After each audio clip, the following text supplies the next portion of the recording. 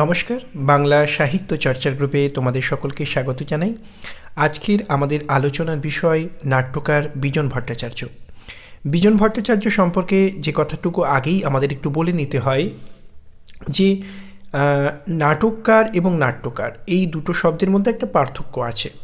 যিনি শুধুই নাটক লেখেন, মঞ্চের সঙ্গে যার সেইভাবে যোগাযোগ নেই, তাকে আমরা নাটককার বলি। এবং নাট্যকার হচ্ছেন তিনি যিনি মঞ্চে যখন একটি নাটক, তার বলা যেতে পারে তার সংলাপ, তার অভিনয়, তার আলো, দৃশ্যসজ্জা, একজন পরিচালকের সম্পূর্ণ নিজস্ব মতাদর্শে, নিজস্ব ভাবনায় তাকে পরিচালনা করা, সবটা নিয়ে যখন মঞ্চে সমস্ত উপাদানগুলো সহযোগে সেটা অভিনীত হয়, তখন সেটা নাট্যে পরিণত হয়। তো সেই নাট্যরূপে তাকে উপস্থাপনা করবার ক্ষেত্রে শুধুমাত্র যে একজন পরিচালক বা নির্দেশক তিনি নন, পাশাপাশি যিনি অভিনেতা বা যিনি আলোর কাজ করছেন, দৃশ্যসজ্জার কাজ করছেন, সকলেই কম বেশি সেই নাটক থেকে নাট্যে পরিণত হওয়া যে ব্যবস্থাটি তার সঙ্গে যুক্ত, তিনি আসলে নাট্য ব্যক্তিত্ব। তো এইরকম মানুষ অনেকেই আছেন যারা একই সঙ্গে নাটক লিখেছেন, আবার এই নাট্যরূপে অর্থাৎ নাটকটির মঞ্চে উপস্থাপনার সঙ্গেও যুক্ত আছেন।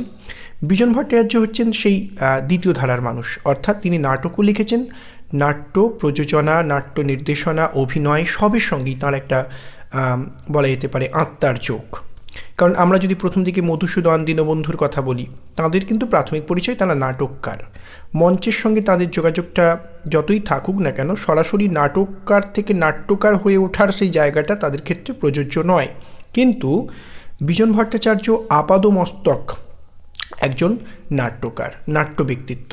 মঞ্চের প্রয়োজনে থিয়েটারের সঙ্গে যুক্ত থাকার দরুনই কিন্তু তিনি নাটক লিখেছেন, নিছক সাহিত্য হিসেবে তিনি কিন্তু নাটক লেখেননি। এবার আসা যাক যে কথায়, বিজন ভট্টাচার্যের জন্ম 17 জুলাই 1917 এবং তার মৃত্যু 19 জানুয়ারি 1978। এই যে মানুষটা, তার কথা বললেই আমাদের যে কথা খুব মনে আসে তা হচ্ছে গণনাট্যের কথা। গণনাট্য এতদিন আমাদের বাংলা থিয়েটার, যা প্রাথমিকভাবে শখের থিয়েটার দিয়ে পথ চলা শুরু করেছিল, তা ক্রমশই আমরা দেখতে পেলাম গিরিশচন্দ্রকে আশ্রয় করেই কিছুটা সেই সময়কার প্রতাপচন্দ্র জহুরি বা এই জাতীয় যারা থিয়েটার মালিকেরা রয়েছেন তাদের হাত ধরে সম্পূর্ণরূপে একটা ব্যবসায়িক ক্ষেত্রে পরিণত হয়েছিল। পৌরাণিক নাটক মানুষ বেশি ভালোবাসছেন, হিন্দুস্থানের মর্মে মর্মে ধর্ম, তাই ধর্মকে আশ্রয় করে বা মর্মের কথা বলতে গেলে ধর্মকেই আশ্রয় করতে হবে, একটা সহজ পন্থা সেখানে নাটককাররা বা বলা যেতে পারে থিয়েটারের মালিকেরা বেছে নিচ্ছেন টিকিট বিক্রির দিকে তাকিয়ে।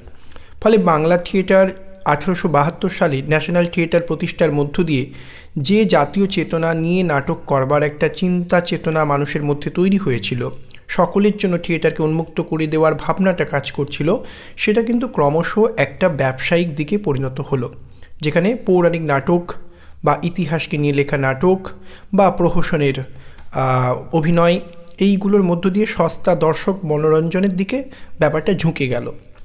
তার পেছনে অবশ্যই আমরা জানি গ্রেট ন্যাশনাল থিয়েটারের জাতীয়তাবাদী চিন্তা চেতনামূলক নাটকের অভিনয়, সরস সরোজিনী, সুরেন্দ্র বিনোদিনীর মতো নাটকের অভিনয় এবং তার প্রেক্ষাপটে ইংরেজদের নাট্য নিয়ন্ত্রণ আইন জারি করা, সেটা বাংলা থিয়েটারের একটা কণ্ঠরোধ করে দিয়েছিল, এটাও আমাদেরকে মানতে হবে। ফলে নাটক ক্রমশই ব্যবসায়িক চেতনা সম্পন্ন হয়ে উঠল, দর্শক মনোরঞ্জনের কথা ভাবতে শুরু করলো। এই অবস্থা থেকে বাংলা থিয়েটারকে বের করে নিয়ে এসে একটা নতুন ভাবনায় আমাদেরকে সমৃদ্ধ করছে গণনাট্য আন্দোলন। মূলত ফ্যাসি বিরোধী লেখক এবং শিল্পী সংঘের সাংস্কৃতিক শাখারূপে গণনাট্যের জন্ম হয়। আর এই গণনাট্য কথাটা বললেই আমাদের মনে পড়ে যায় বিজন ভট্টাচার্যের কথা। গণনাট্যই হচ্ছে সেই নাট্য আন্দোলন যা জনতার জন্য, জনগণের জন্য নাটককে উপস্থাপন করবে, নাটকের মধ্য দিয়ে মানুষের শোষিত বঞ্চিত জীবনটাকে তুলে ধরবার চেষ্টা করবে, মানুষকে বলা যেতে পারে নাটকের মাধ্যমে তাদের শোষিত বঞ্চিত অবস্থা থেকে বেরিয়ে আসতে উদ্বুদ্ধ করবে। গণজাগরণ যার মূল উদ্দেশ্য, এক কথায় সেটাই হচ্ছে গণনাটকের বা গণনাট্যের মূল শর্তের জায়গাটা। সেই গণনাট্য আন্দোলন যা ফ্যাসি বিরোধী লেখক এবং শিল্পী সংঘের একটা সাংস্কৃতিক শাখা রূপে যে গণনাট্য সংগঠনের জন্ম হলো এবং গণনাট্য আন্দোলন শুরু হলো, সেই গণনাট্য আন্দোলনের অন্যতম মুখপাত্র বলতে আমরা যার কথা বলি তিনি কিন্তু বিজন ভট্টাচার্য। বিজন ভট্টাচার্যই বলা যেতে পারে গণনাট্যের যে নাটক নির্বাচন, সেই নাটক লিখে গণনাট্যকে নাটকের যোগান দেওয়া, সেখানে কিন্তু বিজন ভট্টাচার্যের নামই প্রথম উঠে আসছে। কারণ বিজন ভট্টাচার্যের লেখা যে একেবারে প্রথম দিককার তার যে নাটক আগুন, এই নাটকের অভিনয়ের মধ্য দিয়ে 1943 খ্রিস্টাব্দেই কিন্তু মুম্বাইয়ে গণনাট্যের পথ চলা শুরু হলো। এরপর তার বাংলা শাখারূপে আমাদের বাংলায় যে গণনাট্যের কর্মপ্রয়াস, সেখানেও আমরা দেখতে পাবো একাধিক্রমে বিজন ভট্টাচার্যের নাটকগুলোই অভিনীত হচ্ছে। বিজন ভট্টাচার্যের নবান্ন নাটক 1944-এর 24শে অক্টোবর শ্রীরঙ্গম মঞ্চে অভিনীত হচ্ছে। এই নাটকের অভিনয়ের মধ্য দিয়েই বাংলা গণনাট্যের যথার্থ পথ চলা বলে আমরা জানি।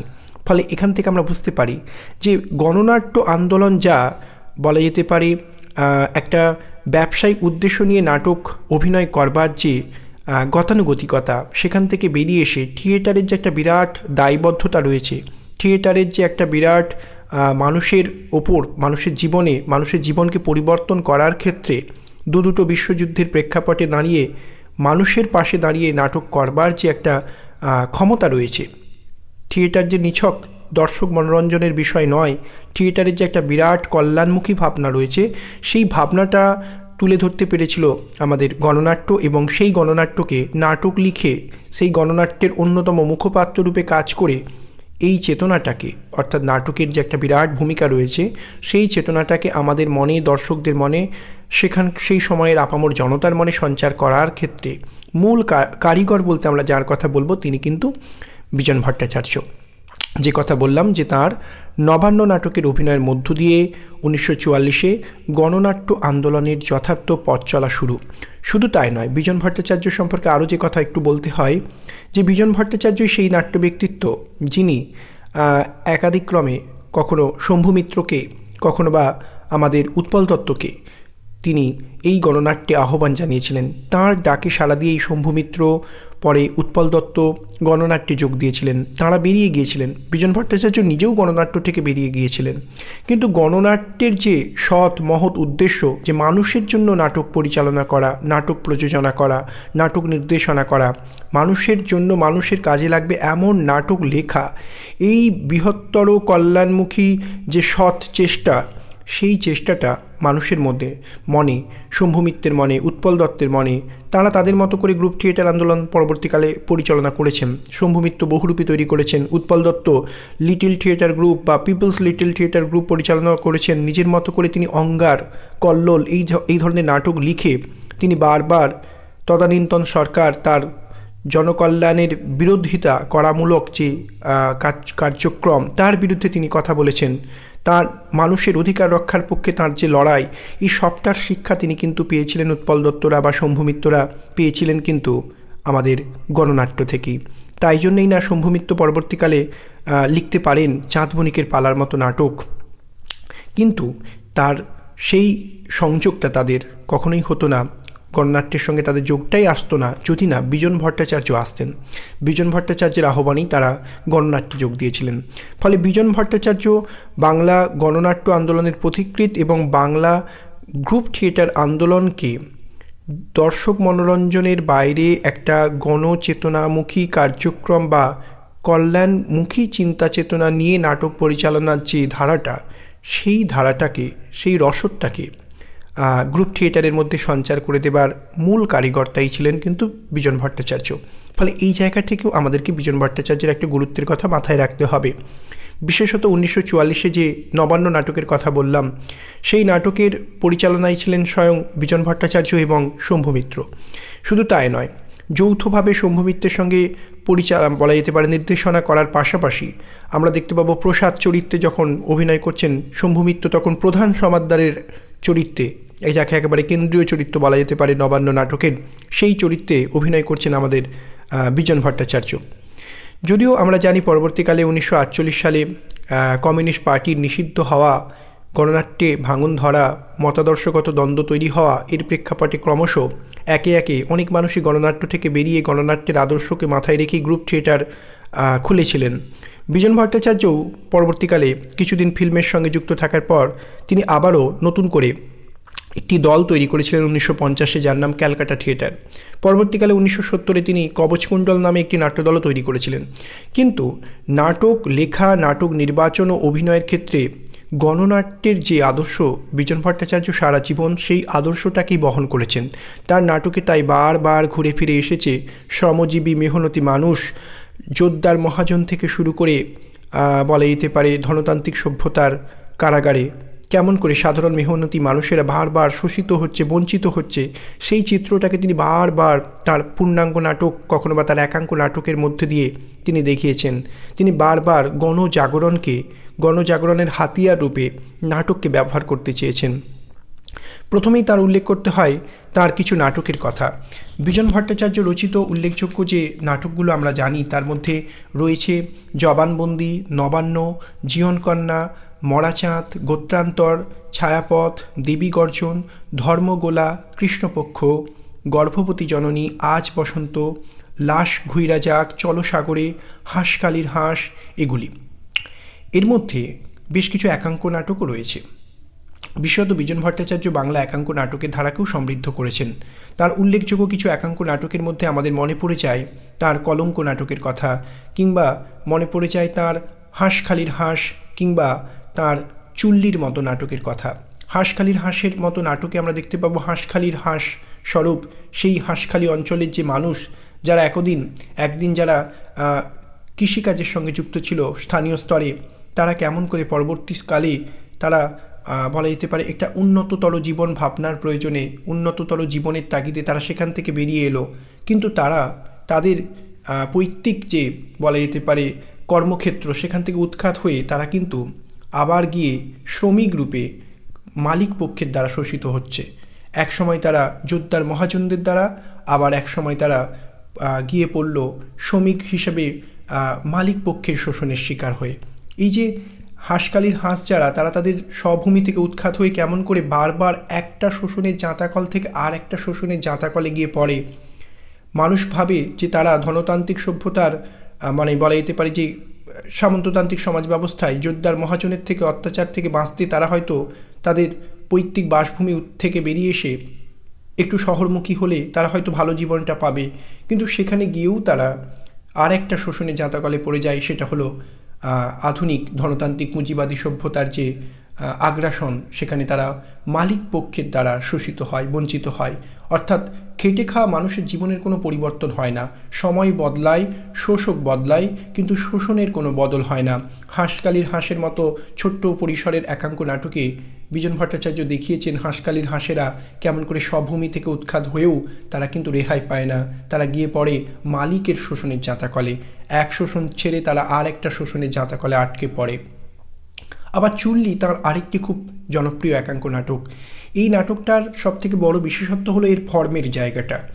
কেমন করে একাঙ্ক নাটক, যা জীবনের কোনো একটি ঘটনাকে স্বল্প পরিসরে একটিমাত্র ভাব বা সিঙ্গেল ইমপ্রেশন তৈরি করবার জন্য ব্যবহার করে, সেখানে কাহিনীর একমুখী দ্রুত গতি, সেটা হচ্ছে একাঙ্ক নাটকের বৈশিষ্ট্য। অর্থাৎ সেখানে একাধিক দৃশ্য বা দৃশ্য প্রসঙ্গকে দেখানো যাবে না। একটা কোনো ঘটনাকে একটা একমুখী গতি নিয়ে সেখানে দেখানো হয়। কাহিনীর পারম্পর্য বা বলা যেতে পারে কাহিনীর কার্যগত ঐক্য এবং স্থান কালের ঐক্য, অর্থাৎ সময়ের অল্প পরিসরে এবং একটিমাত্র স্থানে পুরো ঘটনাটাকে দেখানো, এটাই হচ্ছে একাঙ্ক নাটকের সবথেকে বড় বৈশিষ্ট্য। অর্থাৎ একটিমাত্র ঘটনা, ছোট গল্পের মতো। ছোট গল্পের থেকেও এখানে সেই ঘটনাটাকে অনেক বেশি স্থানকালের গণ্ডির মধ্যে বেঁধে রাখতে হয়। কিন্তু একাঙ্ক নাটকের ক্ষেত্রে আজকের দিনে আমরা দেখতে পাবো যে স্থান কাল এবং কার্যক্ষেত্রেও ঐক্য অপেক্ষা ভাবগত ঐক্যের জায়গাটাকে গুরুত্ব দেওয়া হয় বেশি। এই নাটকে দেখা যাবে একটি চুল্লি জ্বলছে, অর্থাৎ মৃতদেহ দাহ করবার জন্য একটি চুল্লি জ্বলছে। তার সামনে কখনো কিছু বলা যেতে পারে কোনো রোম্যান্টিক নায়ক নায়িকা, কখনো বা কোনো গুন্ডা বদমাশ, তারা আসছে, তারা তাদের জীবন নাট্যকে উপস্থাপন করছে। অর্থাৎ একটি চুল্লি জ্বলছে, তার সামনে বিভিন্ন চরিত্ররা তাদের জীবনের এক একটা পর্বকে দেখানো হচ্ছে। সেই পর্ব মিটে গেলে আরও কিছু চরিত্র আসছে, তাদের জীবনের পর্বটাকে দেখানো হচ্ছে। তারা চলে যাচ্ছে, আবারও কিছু মানুষ আসছে, তাদের জীবনের পর্বটাকে দেখানো হচ্ছে। যেটা থেকে আপাতভাবে মনে হতে পারে যে এই নাটক তো কাহিনীর একমুখী দ্রুত গতি বা কাহিনীর সিঙ্গেল ইমপ্রেশন তৈরি করবার জন্য যে কার্যগত ঐক্যকে রক্ষা করার কথা তা তো রক্ষা করলেন না বিজন ভট্টাচার্য। কিন্তু যে কথা বললাম যে কাহিনীর একমুখী দ্রুত গতি কিংবা স্থানকালের ঐক্য অপেক্ষাও ভাবের ঐক্যকে এখানে রক্ষা করা হচ্ছে। আসলে ওই চুল্লি যেখানে মানুষকে মৃতদেহকে দাহ করা হচ্ছে ওটা তো আমাদের জীবনের শেষ পরিণতি, আমাদেরকে প্রত্যেককে ওই চুল্লিতে গিয়ে পুড়তে হবে। সেই চুল্লিকে সামনে রেখে এই যে বহু বহু প্রসঙ্গ ঘটনাগুলোকে জীবন নাট্যকে আমাদের সামনে তুলে ধরা, তাতে করে একটা যোগসূত্র তৈরি হয় যে চুল্লিটা সবসময় জ্বলছে, তার সামনে নানা জীবননাট্য অনুষ্ঠিত হচ্ছে, অর্থাৎ যে জীবননাট্যগুলো একদিন থেমে যাবে এবং সবটাই গিয়ে ওই চুল্লিতে গিয়ে ভস্মীভূত হবে। অর্থাৎ চুল্লি যা জীবনের অন্তিম পরিণতি অর্থাৎ মৃত্যু, এই মৃত্যুর অন্তিম পরিণতিটাকে সামনে রেখে জীবন নাট্যের লীলা পর্বগুলোকে দেখানোর মধ্য দিয়ে আমাদের বিজন ভট্টাচার্য চমৎকার কৌশলে একটা ভাবগত ঐক্যসূত্র রক্ষা করছেন যে এই ঘটনাগুলো আপাতভাবে বিচ্ছিন্ন হলেও তারা কিন্তু একটা ভাবগত ঐক্যসূত্রে বাঁধা যে তাদের প্রত্যেকেরই পরিণতি ওই চুল্লিকে সামনে রেখে প্রত্যেকটা বিচ্ছিন্ন ঘটনা যেন আমাদের সমগ্র জীবনেরই একটা লীলা নাট্যের যে আপাত বিচ্ছিন্নতা তার মধ্য দিয়ে চুল্লিকে সামনে রেখে চুল্লির সুতোটাকে ব্যবহার করে এই প্রত্যেকটা লীলানাট্যের ফুলগুলোকে তিনি যেন এক সূত্রে বেঁধে দিয়েছেন। কারণ চুল্লিই তো জীবনের শেষ পরিণতি, সেখানে গিয়েই সকলকে একদিন মাথা নোয়াতে হবে। ফলে চুল্লি আপাত বিচ্ছিন্ন ঘটনাগুলোকে এক সূত্রে বেঁধে দিচ্ছে, কারণ প্রত্যেকটা ঘটনার প্রসঙ্গটা আলাদা হতে পারে, তাদের পরিণতিটা কিন্তু ওই চুল্লি। ফলে এইভাবে ভাবগত ঐক্যসূত্রে কেমন করে আপাত বিচ্ছিন্ন ঘটনাগুলোকেও বেঁধে ফেলা যায়, তাদের মধ্যে একটা ঐক্যসূত্রকে রক্ষা করা যায়, বিজন ভট্টাচার্যের এই নাটক নিঃসন্দেহে সেখানে বাংলা একাঙ্ক নাটকের ধারায় একটা নতুন দৃষ্টান্ত স্থাপন করলো। এর বাইরে আমাদের তো মনে পড়বেই তার উল্লেখযোগ্য নাটক হিসেবে নবান্ন নাটকের কথা, মন্বন্তর, মানুষ বিপন্নতা, তাদের গ্রাম থেকে শহরের পথে হাঁটা দেওয়া, সেখানে বলা যেতে পারে নির্মম মৃত্যু, এই সমস্ত প্রসঙ্গগুলো এই নাটককে একটা অন্য মাত্রা দেয়। বিশ্বযুদ্ধ পরবর্তী যে জীবন, সেই জীবনের বাস্তব যে অবস্থা, যে রূঢ় বাস্তবতা, যে কাঠিন্য, মানুষের প্রতি দরদ দিয়ে সেই জীবনটাকে তুলে ধরার মধ্য দিয়ে বিজন ভট্টাচার্য নবান্ন নাটকটাকে যেভাবে আমাদের সামনে আনলেন, তাতে এই নাটক পরবর্তীকালের বাস্তব জীবন সমস্যামূলক যে নাটক লেখার ধারাটা তৈরি হচ্ছে তার একটা পথ দেখানোর একটা মাইলস্টোন বা আলো হয়ে রয়েছে বলা যেতে পারে এই নাটকটিকে। যদিও এই নাটকটাতে অনেকটা হতাশা, পরাজয়, ব্যর্থতার কথা আছে, নতুন ধানের উৎসবের কথা হয়তো আছে, কিন্তু সেই কারণেই হয়তো গণনাট্যের যে উদ্দেশ্য মানুষকে একটা গণজাগরণের পথে নিয়ে যাওয়া, এইটা হয়তো কিছুটা এই নাটকের মধ্যে চাপা পড়ে যায়, অনেকটা ব্যর্থতা হতাশার জায়গাটা বেশি করে উঠে আসে।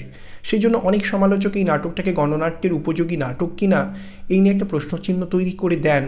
কিন্তু সবসময় যে একটা উত্তরণকেই দেখাতে হবে তা নয়, অনেক সময় বঞ্চনা প্রতিবাদের জায়গাটাকে না দেখিয়েও বঞ্চনার জায়গাটাকেও যদি দেখানো হয়, সেটা কিন্তু অনেকটা সম্ভাবনার জায়গাটাকে খুলে দেয়। গণনাট্য তো শুধু প্রতিবাদকে দেখাবে না, মানুষের অত্যাচারিত রূপটাকেও যদি আমার সামনে দেখানো হয়, সেটাও কিন্তু মানুষকে নিজেদের জীবন সম্পর্কে অনেক বেশি সচেতন করে এবং সেই সচেতনতাই তাকে বাস্তব জীবনে হয়তো প্রতিবাদী করবে, নাটকের মধ্যে সেই প্রতিবাদটা যতই না থাকুক।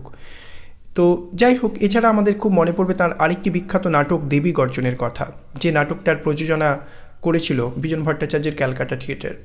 1966 দিকে রচিত এই নাটকটাকে বিজন ভট্টাচার্যের কলঙ্ক নাটকেরই একটি পূর্ণাঙ্গ পরিণত রূপ বলা যেতে পারে, যে নাটকের মধ্যে আমরা দেখতে পাবো যে একটা জোদ্দারকে দেখানো হচ্ছে, জোদ্দার বা মহাজনই বলা যেতে পারে, মহাজন প্রভঞ্জন তার নাম। তিনি কেমন করে সাঁওতাল কৃষকদের ওপর নির্বিচারে জোর জুলুম চালান, জোর করে তাদের থেকে ফসলের ন্যায্য অধিকার থেকে তাদেরকে বঞ্চিত করেন, তারা খেতে পায় না, কিন্তু তার সত্ত্বেও তার কিছু আসে যায় না। শুধু তাই নয়, সাঁওতালদের অর্থনৈতিক শোষণের শিকার রূপে তাদেরকে ব্যবহার করাই শুধু নয়, সাঁওতালদেরকে অর্থনৈতিক শোষণ করবার পাশাপাশি তাদের রমণীদের ওপর হৃদংসাবৃত্তি, কামনাবৃত্তির পরিচালনা করা, কামনাবৃত্তিকে চরিতার্থ করা, সেগুলোকেও আমরা দেখতে পাবো এই নাটকের মধ্যে। কেমন করে দেখানো হয়েছে যে সাঁওতাল রমণীদের ওপর মহাজন বা জোদ্দার প্রভঞ্জন কেমন করে তার লালসাবৃত্তি চরিতার্থ করতে চায়, সেগুলোকেও আমরা দেখতে পাবো। রত্নার মতো চরিত্রকে সামনে রেখে বিজন ভট্টাচার্য দেখাচ্ছেন, কিন্তু শেষ পর্যন্ত এই নাটকেও দেখা যাবে যে সম্মিলিত সাঁওতাল মানুষেরা তারা দীর্ঘদিন কৃষকেরা বঞ্চিত হতে হতে শেষ পর্যন্ত তারা প্রতিবাদের ভাষা খুঁজে নেয় এবং সেই প্রতিবাদের ফলস্বরূপ মহাজনকে, প্রভঞ্জনকে সাঁওতাল কৃষকদের হাতে নিগৃহীত হতে হয়, তার প্রাণটা চলে যায়। এই যে দৃশ্যটাকে দেখান, সম্মিলিত প্রতিবাদ, অর্থাৎ শোষিত হতে হতে, বঞ্চিত হতে হতে নিজেদের মা বোনদের উপর অত্যাচার দেখতে দেখতে একসময় মংলার মতো যারা নির্যাতিত সাঁওতাল পুরুষেরা, তারা তাদের বলা যেতে পারে ভূমিকে উদ্ধার করতে, তাদের নিজেদের পরিবারকে বাঁচাতে, নিজেদের স্ত্রীদেরকে বাঁচাতে শেষ পর্যন্ত তারা বিপ্লবের পথে অংশ নেয়। ফলে গণনাট্যের যে মূল উদ্দেশ্য, গণনাটক, প্রতিবাদের নাটক, গণবিপ্লবকে জাগিয়ে তোলা, বিজন ভট্টাচার্য যতই গণনাট্যের ধারা থেকে বেরিয়ে আসুন, ক্যালকাটা থিয়েটার খুলুন, দেবী গর্জনের মতো নাটক লেখার ক্ষেত্রে কিন্তু তার সেই গণনাট্যের আদর্শটাই কাজ করছে। তো এইভাবে বিজন ভট্টাচার্য বাংলা নাটকের ইতিহাসে একটা মাইলস্টোন হয়ে রয়েছেন। তার নাটকগুলো মাইলস্টোন হয়ে রয়েছে। সেই নাটকগুলোর মধ্য দিয়ে বাস্তব জীবন সমস্যা কেন্দ্রিক বিশ্বযুদ্ধ পরবর্তী সময়ের যে নাটকের ধারাটা, সেই ধারাটার পথ চলা সূচনা করছেন বিজন ভট্টাচার্য।